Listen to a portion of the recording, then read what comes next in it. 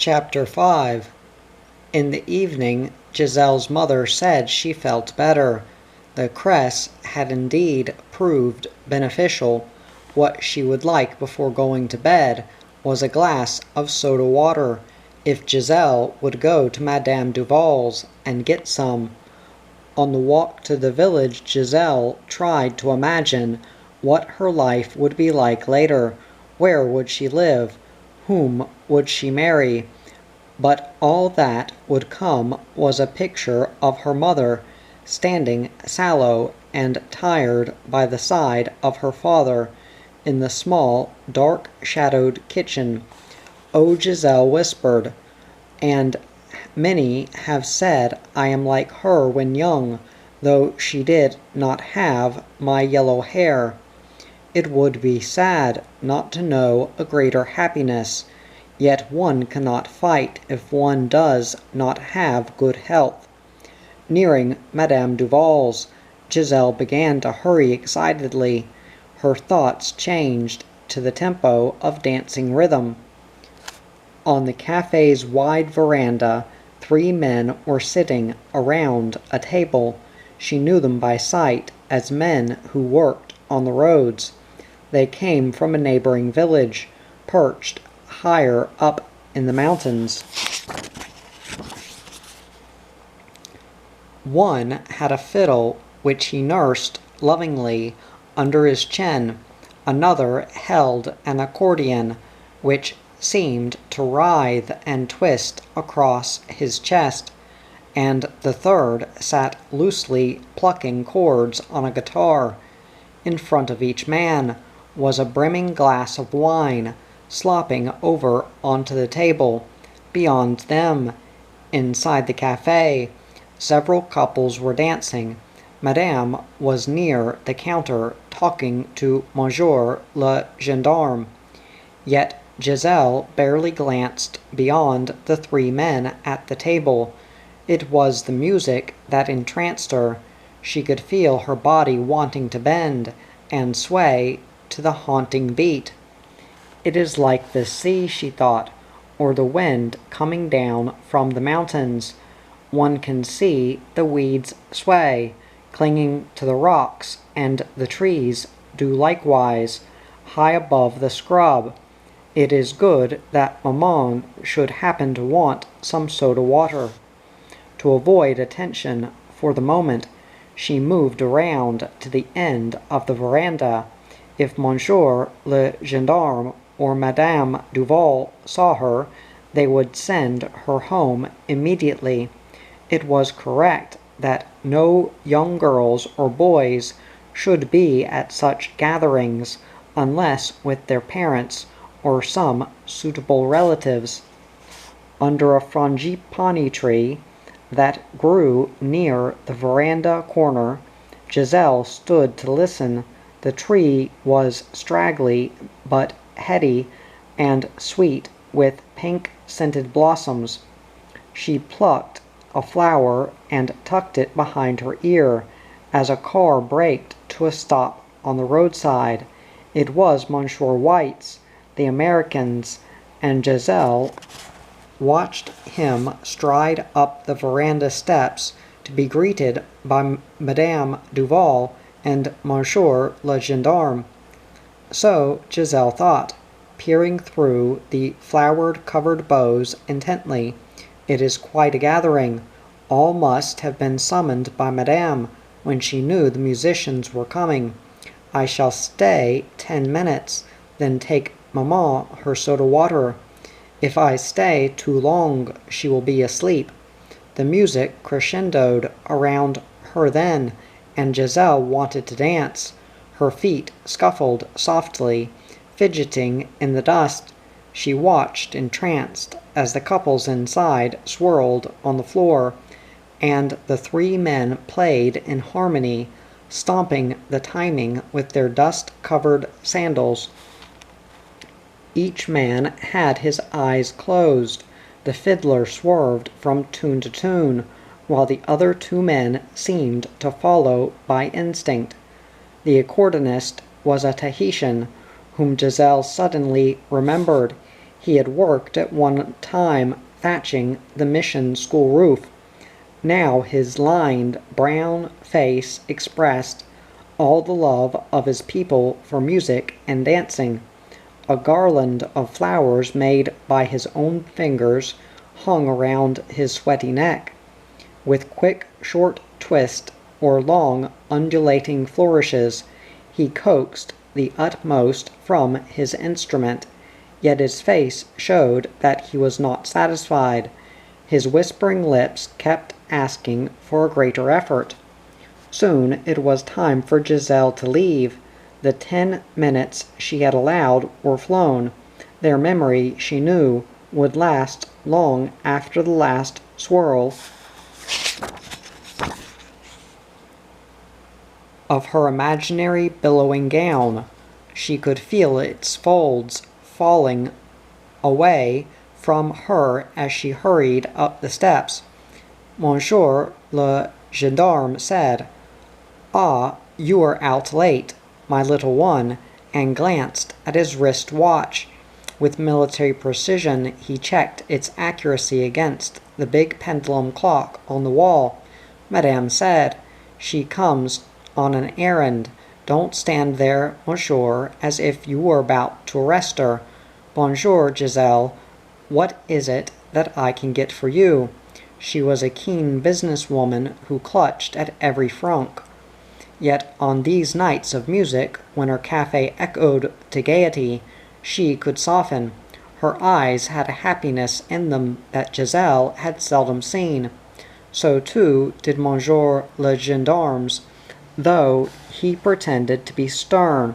Giselle asked for a bottle of soda water, and afterward Madame entered the cost in a ledger. She looked up from a cursory glance, down a column to say, "Tell your mother the account grows quite large. If she should pass, perhaps she could settle with me." Then, with a wide sweep of her arm, she brushed away all such monetary problems. "Tonight we do not talk of such things. For you, my pretty dear, some bonbons to eat on your journey home. It is a long walk to your mother's cottage." She scooped some paper-wrapped sweets into a bag and pushed them into Giselle's hand. "There, a party for you on your very own as you walk along the path." Both she and Monsieur le Gendarme smiled, happy at such generous kindness. Giselle said, "Non, merci, I cannot accept." But Monsieur and Madame were adamant. Each in turn pressed the bag tightly into Giselle's hand. "Go," they said, "go with joy in your heart and the clean, sweet taste of a bonbon in your mouth." As Giselle left, several people called "Bonjour" to her. The warmth in their voices made her feel glad. She belonged to the village. "They know me," she thought, "as I know them. One would miss them if one went to Nouméa." The thought often worried her. Where could she go? What could she do to earn her own living? The thought usually came as suddenly as now when she was leaving the cafe. Passing the 3 musicians, she pulled the flower from behind her ear and laid it on the table. "Thank you, messieurs," she whispered. It was indeed good. One could wish that one was older to stay and listen all night. In one quick gulp, the fiddler drank his wine and set the flower in the empty glass. "Merci to you, Mademoiselle Giselle," he said. "Do not wish too hard for the years to pass, for they pass soon enough. Au revoir, ma chérie, and our music go with you." The Tahitian said, "And this, mademoiselle, a lei of flowers for a flower." He slipped the garland of flowers from around his neck over Giselle's down-bent head. Then all three men stood to play her the song of farewell. Almost crying, Giselle ran down the veranda steps. "Oh," she whispered, touching the lei around her neck, "such goodness from all them. And so swift. One moment." She shrugged, remembering ordering the soda water. Then voila, bonbons, and this beautiful lei. Behind her, as she hurried, the three men played, outlined by the cafe's brightness. They were still standing when Giselle glanced back, before branching off from the village road to the path that led homeward. She could hear the plaintive island song, long after the scrub darkened the path around her. In the deepening darkness she passed the track that led to her uncle's farm. "He will be lying," she thought, "as he always lies. His eyes will search for the cross, now shadowy on the wall, but his hands will remember the touch of many things. His is a sadness beyond all understanding." The thought made her sigh for the brightness in life, the music and dancing in Madame Duval's cafe. It was not often that such lightness came to the village, yet when it did, the gaiety had an enormous magic. She could feel it now, dancing along in her feet.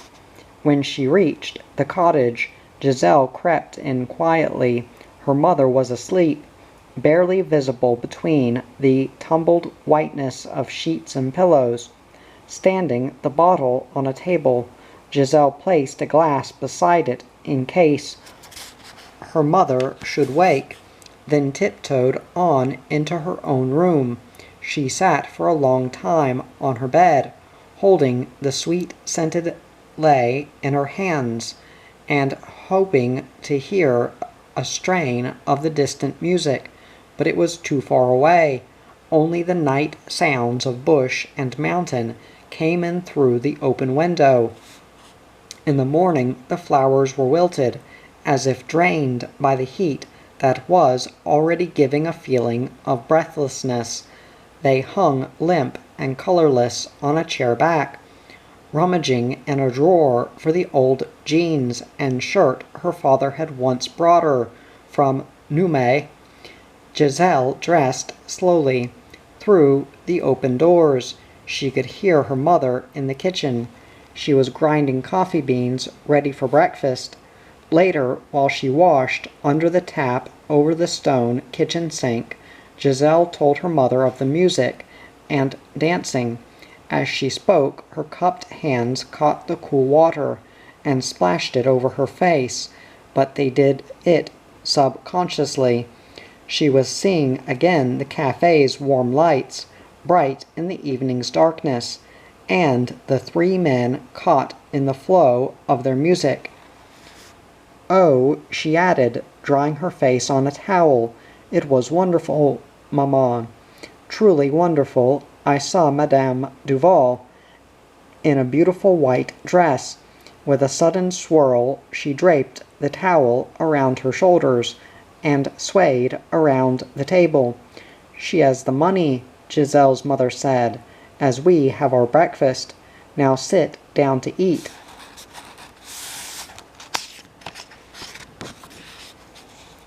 "I thank the good God I do not have a headache. Pass me the bread if you do not wish to break it." Giselle said, I am sorry, Mamma. It is a greater happiness to know you are better." She broke the bread into crusty pieces. Then she and her mother dipped them into their coffee. Outside, the sun began its long, slow climb over the surrounding treetops. As she ate the bread and drank the hot black coffee, Giselle thought of the lei. They were flowers to treasure, flowers for a flower, the Tahitian had said, and she glanced at her mother self-consciously. The flowers seemed to be part of something her mother had lost, yet she, Giselle, had gained. Then thought of the flowers, as they now were, halted the coffee cup at Giselle's lips. Their faded glory had lasted no more than a night. How could she treasure flowers already falling from their stems? As if reading her daughter's mind, Giselle's mother said, "You will learn, my little one. Such nights pass away. Their memories are often greater than what was seen or done." She drained her coffee and gathered the uneaten bread. "Now I must feed the chickens. I shall go to the village later for bread and meat, and call at Madame Duval's. If you visit Uncle Pierre, tell him I will see him afterward." When Giselle reached her uncle's house, there was much excitement. The three indigenes were arguing with Marie-Therese, shouting that they would not work for her or Monsieur Marcel. They wanted more money. The eyes of one, Jean-Baptiste, rolled wildly in his head as he danced up and down, waving a large spanner. From inside the house, Pierre Marcel's voice echoed through the dusty rooms, demanding to know what was happening. Wondering whether to run to the side of Marie-Therese or inside to her uncle, Giselle paused near the steps. For the moment she hesitated. The shouting seemed to increase, then suddenly it stopped. Around the bend in the path leading from the village came an olive-colored jeep. In it sat Monsieur le Gendarme. Breaking quickly to a halt, he stepped out smartly to salute Marie-Therese, then do the same to Giselle. While the three indigenes fidgeted uncomfortably, he strode toward them, tapping his polished pistol holster. Close to Jean-Baptiste, he said, "That is a dangerous weapon you have in your hands, my friend. Or is it perhaps that you intend repairing the tractor?" His smooth brown face was impassive as he stared searchingly, first at Jean-Baptiste, then at the other two men. Not waiting to see or hear what would happen next, Giselle ran up the steps. Her uncle's insistent voice stopped when she called that she was coming. He was lying contorted on the bed as she hurried in to reassure him, and after several short, quick sentences of explanation from Giselle, he gestured hopelessly. "So," he whispered, "soon I will have not even this."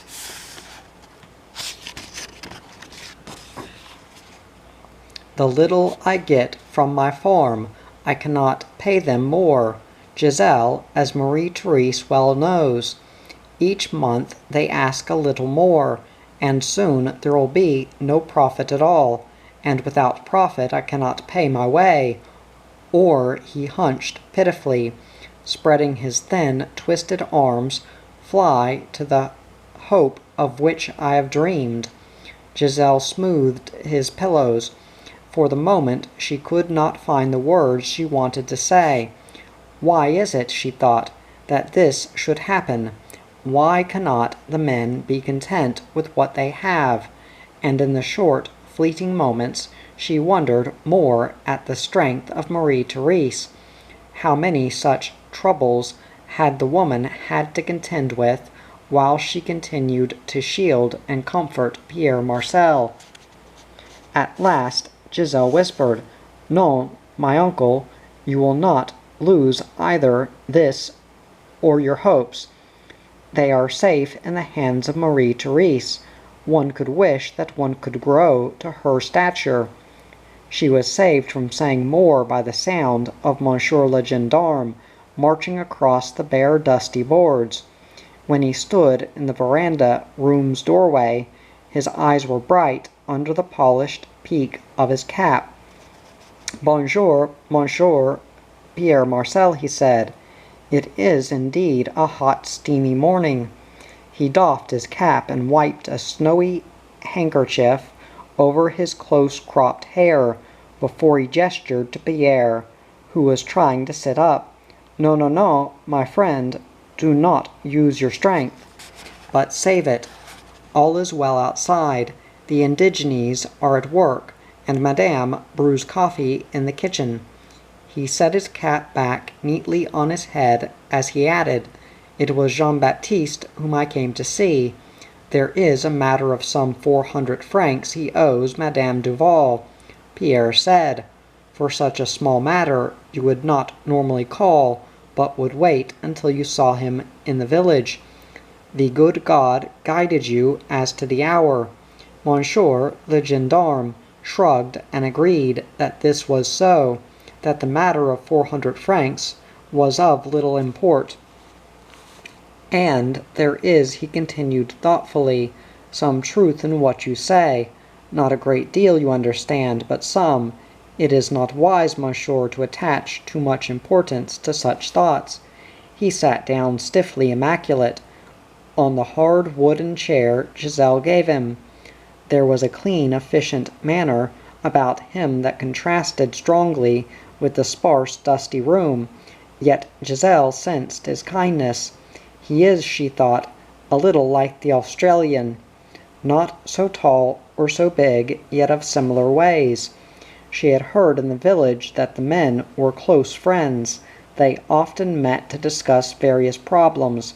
When Marie-Therese brought the coffee, it was as if a further quietness came with her.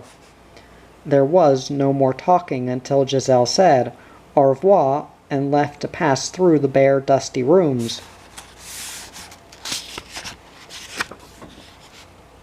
She could see, long after she had found her familiar way to the beach, the gnarled, twisted fingers of her uncle touching the slim, worn hand of Marie-Therese in gratitude, and see also the woman's sweet smile of compassion. Chapter 6. Some days later, Giselle called again to see her uncle. In the short time that had passed, he seemed to have grown even thinner, but as always a smile brushed the somberness from his face when he saw Giselle. "So, ma chérie," he said, "you come again. The breath of other times must have brought you." As Giselle kissed his cheek, she guessed he had been dreaming, immersed in far-away thoughts, where his world was full of youth and strength. "No, uncle," she told him quickly, "not of other times, but of today. The breath of the hot sunshine that is burning outside." Her uncle sighed. Sweet sweat lay in a smooth, glossy sheen on his face, yet the pain of his arm stopped him from wiping it away. "Aye," he said, "it is hot. You should beware the sea curls white around your feet, or under some shady tree." The effort of speaking taxed him, and he closed his eyes. There was an unutterable sadness in the twisted droop of his body.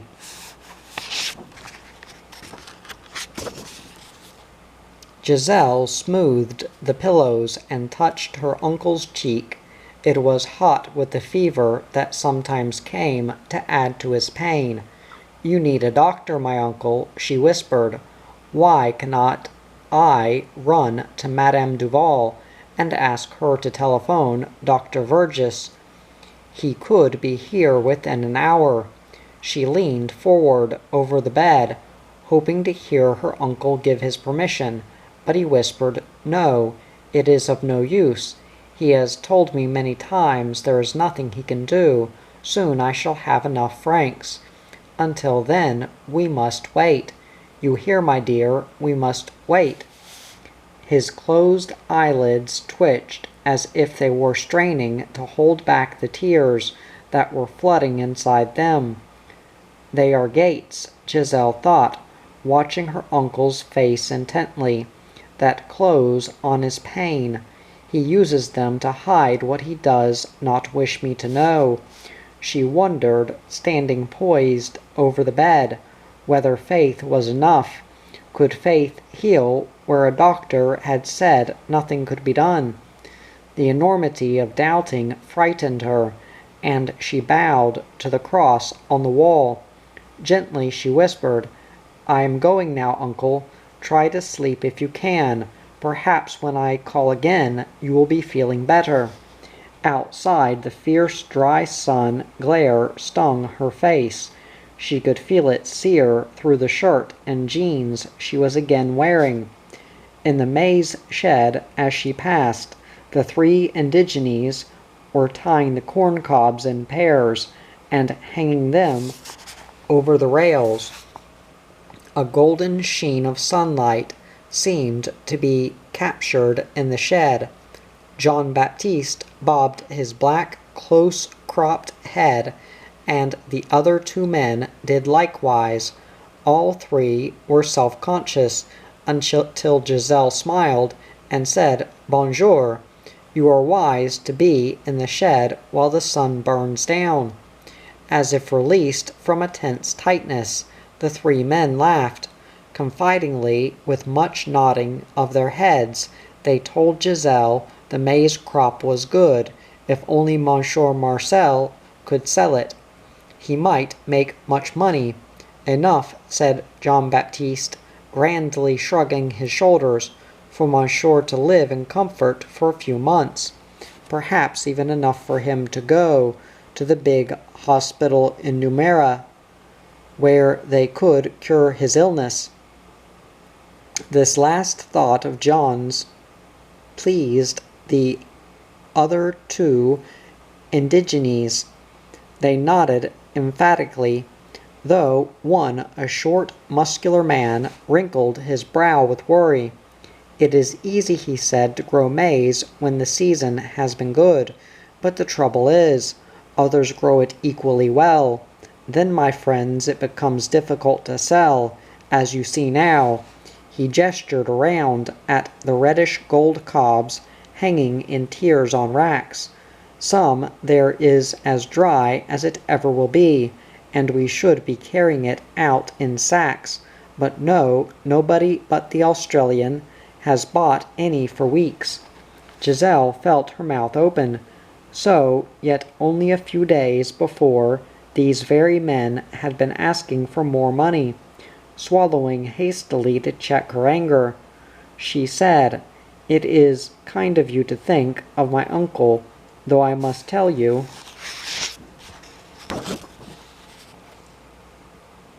this: neither hospital nor doctor can cure him. It is only the gathering together of many francs that will do that."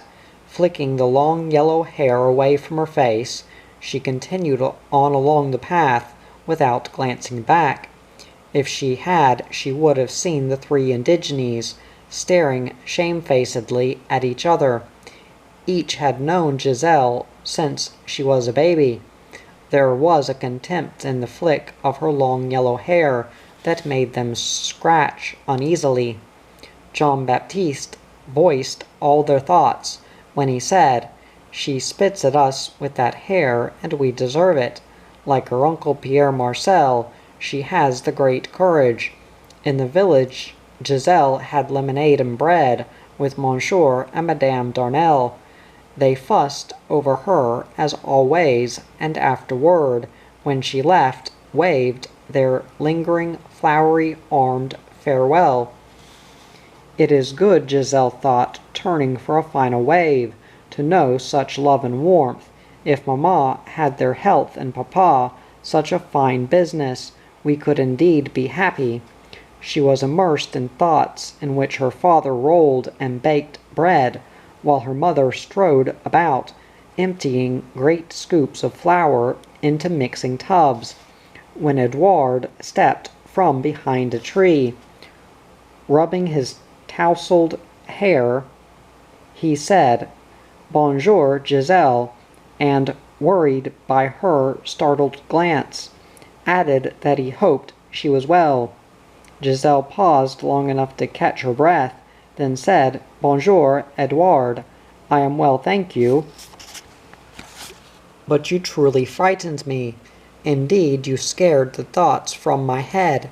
She began to walk on again, treading lightly ahead of Edouard. He followed patiently, trying to place his own bare feet exactly over the imprints Giselle was leaving. "My feet," he told Giselle, "cover the shape of yours nearly twice. Yours are indeed very small." His words sounded contrite, and Giselle guessed he was trying to make amends. There was a plea in his tone that was unmistakable. She wanted to turn and smile, but instead said, "So, is that very unusual? Should a girl have feet as large and splayed as an indigene's, or perhaps like yours, with large knobby toes?" The sudden remembrance of Edouard's bony feet made her smile, but she held her head so that he could not see. Then she remembered him, tired but happy for her sake, as he wheeled the big stingray up from the sea, his pleasure for her when she had taken so many francs to her uncle. Turning her head quickly, so that the hair swirled away from her face, she said over her shoulder, "Do not mind me, Edouard. I am not very gracious. You're a good friend, and one I shall miss dearly if you go away." She ran on ahead, then until she reached the beach, where a full-crested tide swirled almost up to the scrub. The hiss of the waves seemed deafening after the hushed bush silence. "Oh," Giselle called, splashing ankle-deep in the scud. "It is a big tide, Edouard. The fish will come in shoals to feed in the mangroves." Edouard splashed beside her, staring out to sea. He could see the giant swell tumbling green over the reef. The water changes, he thought, while it foams on coral from blue to green, then back again, all in a matter of seconds. Aloud he said, "Aye, so too will the sharks. They will be crowding into the channels. On a day such as this, I have seen as many as 5 swimming one above the other, and each hungry. You should watch carefully, particularly where there are shadows." He peered around, as if fearful that even the swirling waters near them could hold a vicious killer. Giselle shivered. To talk of sharks made her feet step lightly, ready to run from the sea.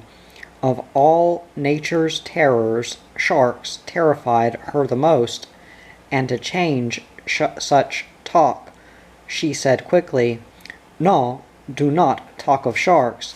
There are other things you wish to tell me. Of that I am sure. Why else would you jump out at me from behind a tree?"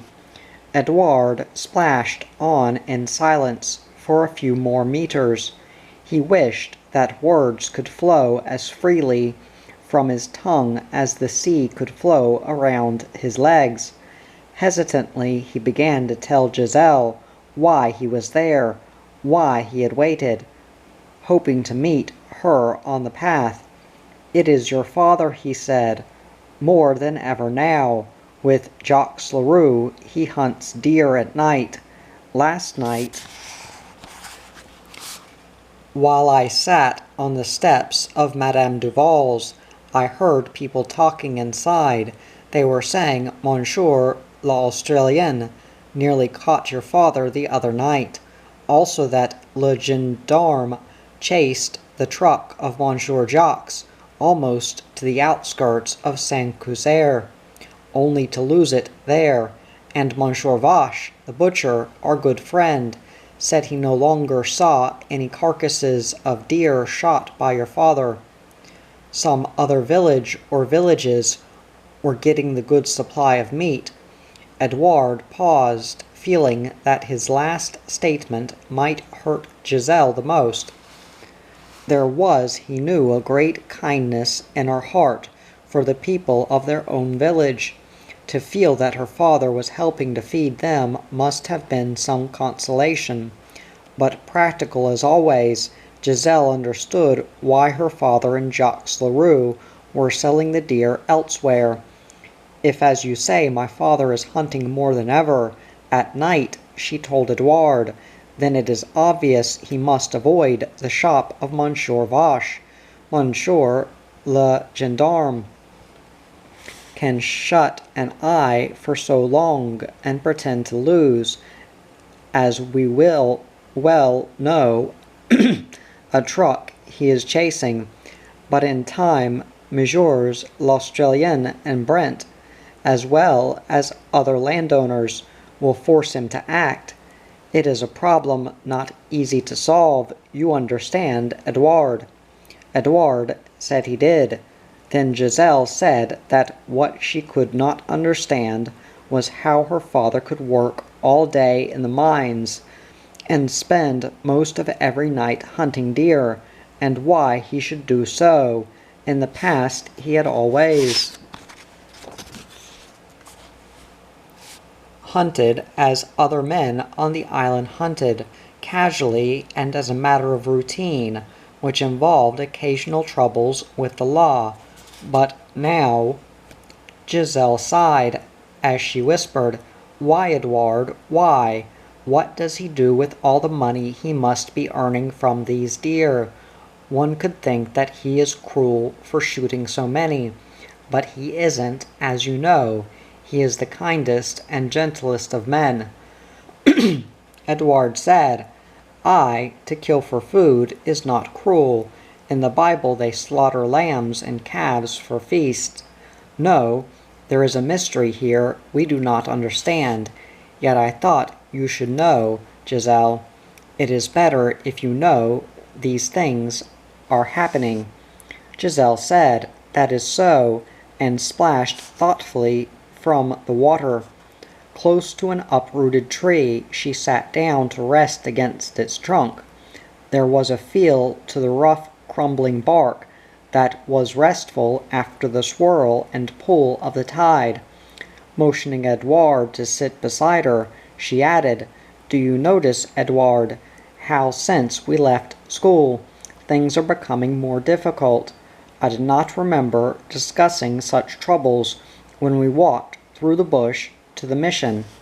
Edouard said, "They were there, but we did not know. The good God has a way of closing the eyes and ears of children.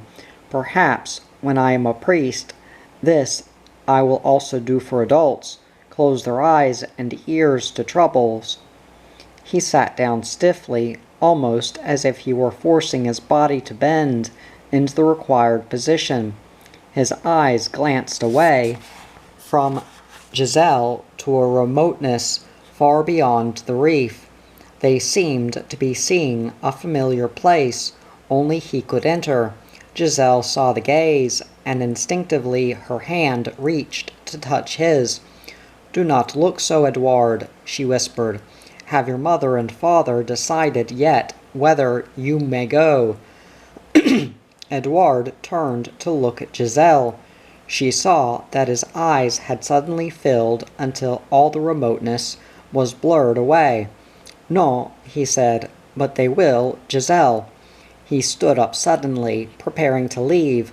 There was a sadness in the way he hitched his well-worn trousers.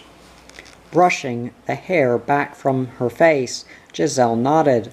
Edouard seemed to be poised, unsure where to go, what to do with his hands. They hung limply, pulling down his arms. Then at last he turned away to walk along the beach. His shoulders hunched as he said, "Au revoir, Giselle, I shall see you again.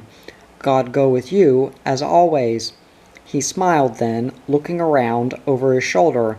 Giselle whispered, "Oui, au revoir, Edouard," and watched him go. She thought for a moment of running after him so that they could walk back to the village together, but some inner instinct told her not to. There was a weight of loneliness on Edouard that only he could carry. It was visibly bowing his hunched, skinny shoulders. Chapter 7. Later, some time after Edouard had gone, Giselle stood up stiffly and stretched. Before walking along the wet sand, the tide was receding, leaving an ever-widening beach to steam under the hot sun. Each day comes, she thought, and forms its own shape. I do not have much to do with its forming. Others always do so for me. Reaching the cattle company's boundary, where black steel posts were hammered through the sand into the subsoil underneath, she crawled between the rusted barbed wires. Once inside the fence, Giselle shaded her eyes to gaze around. Bush, beach, and mountain slopes, for as far as she could see on the great property, seemed deserted, hushed to the midday heat, but she knew the many trees, tangled scrub, and deep-shadowed gorges hid cattle sheltering from the sun. She knew also that horsemen or a car or truck could be hidden from her. For the moment, the fact that she was trespassing again eluded her memory. She was happy to feel that untold miles of sea, scrub, and sand lay shimmering around her. Hurrying down to the sea again, Giselle waded along in the swirling drag of the outgoing tide. A few more meters and the ebb would steady until it was barely discernible. The sea would glitter calmly, smooth as a polished shield, but now the eddies hissed and swirled as if wanting to cling to the beach, yet stripped away from it by a mighty unseen hand. Caught at times in the sucking pull of loose, wet sand, Giselle waded slowly. There will be crabs, she thought, in the mangroves, and perhaps a fish or two stranded in a pool. A sudden wild feeling of complete freedom made her dance, splashing through the waves. She was swirling up spray when she heard a hoarse snort. Caught momentarily unawares, she hesitated, then whirled around. In the scrub bordering the beach, a horseman tipped back the hat from his brown, puzzled-looking face. It was the Australian, manager of the property, stretching far into the distances. At last, after what seemed to Giselle to be overlong minutes, he rode down the beach. Close to the ebb's creaming foam, he reined in his horse. As he raised his hat, he said, "Bonjour, mademoiselle. Comment ça va? I thought for the moment you might be in trouble. Perhaps a crab, or even a giant squid, had nipped you on the toe." Walking from the noisy, swirling water, Giselle said, "No, it was not a crab or a squid, monsieur, but something one cannot explain." She gestured abruptly around at the sea and sky. "It was this, monsieur, overwhelming my heart, and also, it is sure, my senses." The Australian dismounted and walked by her side. The things he had intended to say about previous warnings of danger and trespassing stayed unsaid. The girl, as always, was so direct in the way she explained away her presence that he could not say them. Instead, after a time he said, "I understand, mademoiselle. It is a madness that comes to all of us at some time or other. And now, how is your uncle? It is some days since I have seen him." So, while they walked, accompanied by the hiss and swish of the receding tide, they talked of Giselle's uncle, Giselle telling how she thought her uncle's health was failing still further, and the Australian asking an occasional question. At last Giselle said, "I can do no more, monsieur. Today some crabs, tomorrow some fish perhaps, or some guavas. They are little enough, yet help him so that he does not have to spend money to buy food. Some he must buy, of course, she added. I cannot find flour, or his other needs, growing on trees. She spoke without smiling, seriously wishing that many more things beside fruit grew on trees. The Australian nodded. Then a thought that had been often in his mind made him ask, "And your father? Why does he not help you and your uncle more? Surely there is something he could do rather than this continuous hunting. Sooner or later he will be caught. Then there will be great trouble for both you and your mother." He spoke softly, feeling the difficulty of phrasing the words in an alien tongue. Giselle said, "This I cannot answer, monsieur. Why? Only the good God knows." There was only the crunch of sand then, and the harsh, droning grate of sea on beach, until the Australian paused to mount. As he gathered the reins, he said, "Do not stray far from the beach. A wild bull was seen in the bush not far from here this morning. He was chased by my men, and we think he has fled to the mountains, but one cannot be certain." With the ease of constant practice, he swung lightly into the saddle. His horse fidgeted, eager to canter home. Giselle said, "I will watch, monsieur," and, looking up, added, "And thank you truly." The Australian looked down while he patted his horse. There was a look about Giselle at the moment that filled him with sadness. "It's her youngness," he thought, "and the loneliness that goes with it. She's reaching for something but doesn't know what." Aloud he said, "No, it is I who should thank you for the freshness you bring and sweetness of thought. Au revoir, mademoiselle. Remember me to your uncle." After a few short, jogging steps, his horse leaped into a canter, and Giselle had barely time to call, "Au revoir, monsieur," before horse and rider were disappearing into the scrub that bordered the beach. Walking on toward the mangroves, she wondered about the meeting. The Australian had not been angry because she was trespassing, nor had he even scolded her or ordered her from the property. And his final thank you came back vividly to her. "For my freshness," she whispered, "and sweetness of thought. Who would have known such things could be said?" In a shallow pool left behind by the tide, she stopped to look down at herself. The faded jeans and sun-bleached shirt looked drab on her reflection, though her yellow hair gleamed silkily. Pleased that at least her hair was bright and shiny, Giselle splashed through the pool to the mangrove swamp beyond. A stick left lying by the tide just suited her hand, and she began to look for crabs. Some time later, with 3 crabs trussed to the stick, Giselle returned home. Passing her uncle's farm, she gave 2 of the crabs to Jean Baptiste, with strict instructions that he take them immediately to Uncle Pierre or to Marie Therese. Lighter in mind as well as in load, Giselle felt contented, continuing on her way.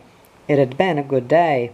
Tired but happy, she put the last lonely crab into a bucket and shaded it from westering sun before going into the kitchen. Her mother was there, simmering a panful of deer meat, flavored with chilies and onions. On the table stood a loaf of bread, surrounded by a small bottle of wine, 2 glasses, and a jug of water. "It is good," Giselle said, after kissing her mother's sallow cheeks, "to come home, mamma. As the day draws to an end, so everything seems to funnel down into this one tiny cottage. The sea and sky fold away with the bush to leave us alone in the lamplight." She hugged her mother's arm tightly before sitting down at the table. The words had gushed from her without thought, as if pushed by the happiness she knew was welling from within. It was an excitement that made her want to sing or dance, but instead she broke crusty pieces from the crumbly loaf of bread. Madame Gironde smiled, though she kept her back turned to Giselle. Such happiness was rare, and she guessed at its cause. Someone had warmed with words her daughter's imagination. She was seeing herself as someone barely earthly, winging to heights that went beyond thought. For long moments the only sound in the kitchen was the splutter of oil in the pan, until Giselle's mother said, "We, a home draws the threads of a family together." Then she served the meal in silence, and neither she nor Giselle noticed the quietness of each filled the room with dreams that merged with the evening's coming shadows. It was dark when the dishes were washed and Giselle and her mother carried their lamps from the kitchen. At the foot of the small stone steps that led to her room, Giselle said, "Bonne nuit, maman. Sleep well till morning." Madame Gironde answered, "We and you, my little one." Then she stood, long-shadowed and still in the glow of her lamp, until Giselle was gone, shut into her own room. All that was left was the quiet of stone and the slow, deep tick of a clock on the wall. Madame turned around as the clock struck 9, echoing through the cottage. It was an urgent sound reminding her of time's passing. And later, when she knelt, head bent, over her bed, Giselle's mother prayed that the days would pass less quickly. "We need time," she whispered, "to solve so much. Grant, too, that none of the threads will ever be broken." Chapter 8. 4 days later, Giselle and her mother were walking homeward when they saw a truck ahead of them. Outside the cottage, it was Jacques Leroux's. As they drew close, Giselle and her mother could see into the little kitchen. 2 men were sitting there. They were Jacques Leroux and Giselle's father, both hunched over the table, eating bread and garlic sausage. It was evening, and through the open window the 2 men seemed to be talking earnestly.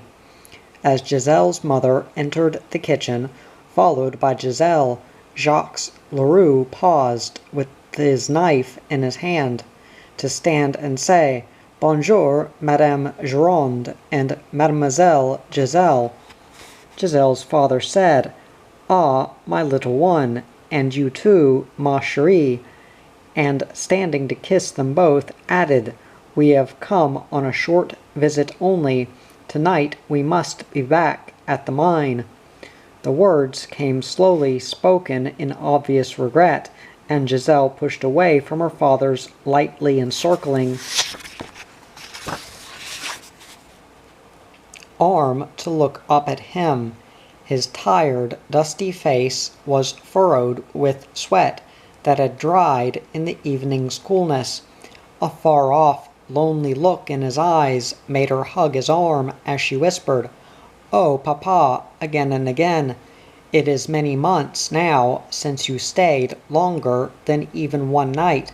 She held up one slim brown finger to add emphasis. Her father kissed it and said, "Oui, but what can one do? There is work in many ways that must be done." He looked at Jacques, who nodded in agreement. Jacques was sitting down again, carving off a round of sausage. He peeled the skin from the slice before he said, "Aye, there is always work, my good friend's daughter. We do not get these corns on our hands from playing poker." He chuckled, but there was no true laughter in his throat, and he laid down the knife to show the horny, scarred palms of his massive hands. Giselle's mother said, "Life for some holds more work than it does for others. Why, one can only guess." From force of habit, she began preparing a meal for herself and Giselle. The two men, she knew, would not eat more than the bread and sausage they had brought. Neither her husband nor his friend demanded or asked anything from anyone. They gave in preference to being given to, even in this, her husband's own house. While pork meat bought at Monsieur Vache's that morning spluttered in a pan, Giselle talked with Jacques and her father as she set the table. The two men, as usual, gave her their utmost attention. Yet the sense was there of their being caged. They were restless men with other thoughts, other things on their minds. When at last she set 2 meals on the table, Giselle's mother said, "So, if you two wish more than that wine to wash your dry fare down, there's coffee in the pot. I have stood it in the embers." Jacques shook his head, but Giselle's father took a mug from the table to fill at the stove. When he came back, sipping mouthfuls of black steamy coffee, he stood for a long moment staring beyond the table out through the kitchen window. Then he lowered the mug to say, "The sun dips, falling below the trees. We must go soon, or the road will be dark. And it is a bad road, even with the best of headlights." His body hunched as if he were seeing the crude, precipitous road carved dizzily around the mountainside to the mine where he and Jacques Leroux worked. Jacques said, "We," and nodded in agreement. There was satisfaction in knowing he had traveled the road many times without hurt or accident. Since the mine had opened, 5 trucks had hurtled over the road's sheer edges and crashed into pieces thousands of meters below. The drivers had escaped death, but not serious injury, by jumping clear. To add emphasis to his friend's words, Jacques added, "It is a road for flies, one that wears the brakes from a truck every few days." Slowly and quietly he rose from the table. His whole manner apologetic as he made his excuses. Giselle and her mother had barely touched the food on their plates. Suddenly Giselle's mother pushed away her plate to say, "It does not matter, I cannot eat. Tell me, my husband, why you have come on a midweek day, and now that you have come, why you must leave. There is always a why when you are here in the house." She ended abruptly, not wanting the querulous tone of her voice to increase. Yet her whole being showed she was tense with unasked questions. Pushing back her mother's plate, Giselle said, "You must eat, maman. The pork cost 40 francs a kilo, and these vegetables were given me fresh from Monsieur and Madame Darnell's garden. They would not forgive me if such scarce food was wasted." As she spoke, Giselle was seeing the large, stout form of Madame Darnell, bent over the spindly vegetable patch that grew behind the bakery. Madame treasured the weedy plants and helped them, by all she knew, to survive under the tropical island conditions. When the plants did reach a tired and faded maturity, Madame was generous with them only to Giselle, who accepted them gratefully. Then the picture of Madame and her vegetable patch faded, as Giselle heard her father say, because of an accident. He raised his hands in a quick, soothing gesture as he saw the sudden fear on his wife's and daughter's faces. Not grave, you understand, but to a bullock. We accidentally shot it last night on Monsieur Brent's cattle property. Jacques said, "We, it was me." He held up an imaginary rifle, nestling it against his cheek, and aimed carefully at a point seen only in his mind. His eyes glowed as he whispered, "Poof, my bullet killed a deer," and he shrugged, lowering the imaginary rifle. A bullock also, a bullock hidden unseen in the scrub behind the deer. Such a miracle is rare, yet both died immediately. A clean shot, Madame and Mademoiselle. Was it not, Raymond? He turned for assent from Giselle's father. Giselle's father said, "Oui, it was, my friend." He spoke without boasting when he looked down at his wife and daughter to add, "There was no cruelty, such as the bullock would have known in a slaughter-yard. We are experts, and with experts the element of luck is rare. Yet on this night we had luck. The boof died cleanly. One can ask no more than that." So he shrugged. "Now we come to why we are here. It is to give you this." He pulled a paper-wrapped bundle from inside his shirt and slid it along the table. "There are 8,070 francs in this package. They are for Pierre Marcel, your brother. We give you them now because he shrugged again, looking across to Jacques Leroux. "Because of the accident. Monsieur Brent will redouble his pressure on Monsieur le Gendarme." And who knows again? His shoulders rose, emphasizing his words. "What will happen? So to you, ma chérie, and you, Giselle, I say this. Take the money, but do not say a thing to anyone. No one has any claim on it, nor is it stolen. The act of shooting deer at night is illegal, but the selling of carcasses is not. Give it to Pierre with your love and ours. He will know and understand." Jacques said, "Oui, it is so. There was a man who could shoot the shine from a needle. His hand and eye held the steadiness of rock, and I tell you, Madame Gironde, and you too, Mademoiselle Giselle, this may be his last and only chance. You have seen him often as we have. His strength fails even now as we speak." Slowly the big truck driver opened the paper package. His hands rifled the notes, fluttering them through his fingers.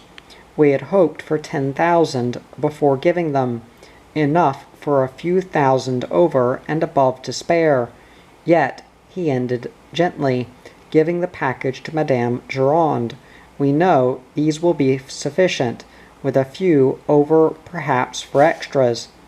His swarthy face had softened until it seemed as kind as the shadows creeping into the kitchen. They were warm shadows, which hid the poverty of bare stone walls and flooring. Giselle whispered, "Oui, it is so, Mamma. Madame Marie-Therese told me 8,000 would be more than sufficient. Oh, to think of the joy on Uncle's face!" Her father nodded. There was a fullness in his throat he could not control. Yet there were words that had to be said before leaving. "There may come a time soon," he told Giselle and her mother, "when the law of Monsieur Brent and other men of property snares us. He may have evidence, we do not know, but this we can say. We return now to the mine to work, and to work only." He spoke sincerely, sure for the moment that his words held true meaning. His friend Jacques Leroux also agreed by whispering, "Oui, it is so, for a certainty." Giselle and her mother, watching the two men intently, knew that they were moved by emotions rare to them. Tomorrow or next week reaction would come, whether for Pierre Marcel or the sheer restless urge that was always with them. They would return to night hunting for its thrill of poaching. Quietly Giselle's mother said, "It was always so, my husband, but now that you have given me this for my brother, I can forgive anything. Go safely and think of me sometimes." She kissed him then, hugging him briefly when he bent over her, and she did the same to Jacques Leroux as his burly form leaned down. Giselle said, "I will come with you to the truck. Tomorrow, if maman wills, I will take the money to Uncle Pierre." Outside, Giselle walked with her father and Jacques Leroux to the big truck. Before Jacques climbed up into the driver's seat, he plucked a flower from a nearby hibiscus bush and said, "For you, mademoiselle, au revoir. I shall think of the joy on Pierre Marcel's face in the morning." And Giselle said, "Oui, et merci, monsieur. Uncle Pierre will bless you both, that is certain." Then her father kissed her on both cheeks, while he held her close, and Giselle felt she was part of him, as she sometimes felt she was part of her mother. There was a closeness that only came sometimes, yet when it came, gave her a deep understanding. "Au revoir, papa," she whispered. "Did you see Mamma smile?" She was truly happy. Her father said nothing. His hands slid slowly away from her shoulders, and he climbed up into the truck. The noisy engine roared, switched into action by Jacques. Then the truck swerved around, lurching and bumping over the rough path. The two men waved, but Giselle neither saw nor acknowledged. She was hurrying back to the little stone cottage.